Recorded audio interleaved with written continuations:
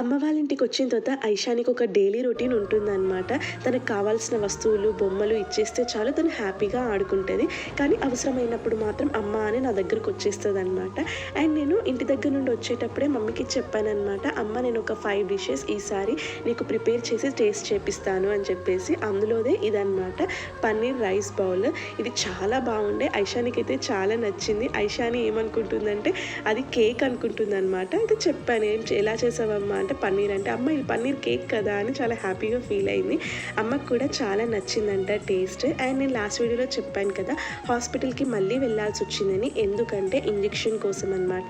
First day వెళ్ళినప్పుడు half dose ఇచ్చారు and next డేకి ఇంకో హాఫ్ డోస్ ఇస్తా అన్నారు.